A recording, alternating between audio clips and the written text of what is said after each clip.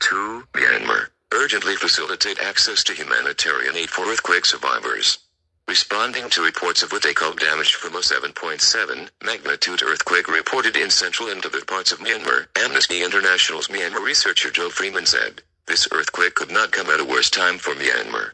More than 3 million people remain internally displaced from armed conflict that has raged since the 2021 military coup. Over a third of the population will need humanitarian assistance this year. At the same time, the impacts of U.S. aid cuts on humanitarian services in the country are just starting to bite. In a country where the military has banned many media outlets and internet access is restricted, we may not have a clear picture of the extent of damage and loss for some time.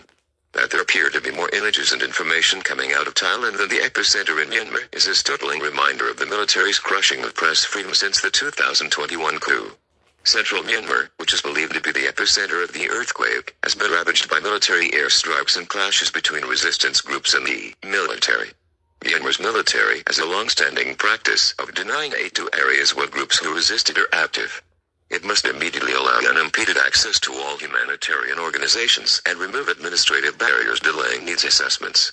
All parties to the armed conflict should be prioritizing the needs of civilians whose lives have been upended in this disaster and ensuring that they have unfettered access to aid.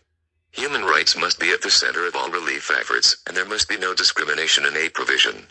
Amnesty International is calling particularly for the protection of those with specific needs, including children, older people, people with disabilities, and women and girls in vulnerable situations. Background: a 7.7 magnitude earthquake hit Myanmar at around 1:20 p.m. on March 28.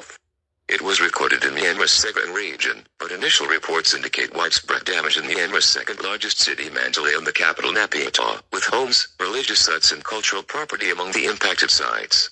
Tremors were also felt across the border in Thailand and Bangkok and Chiang Mai.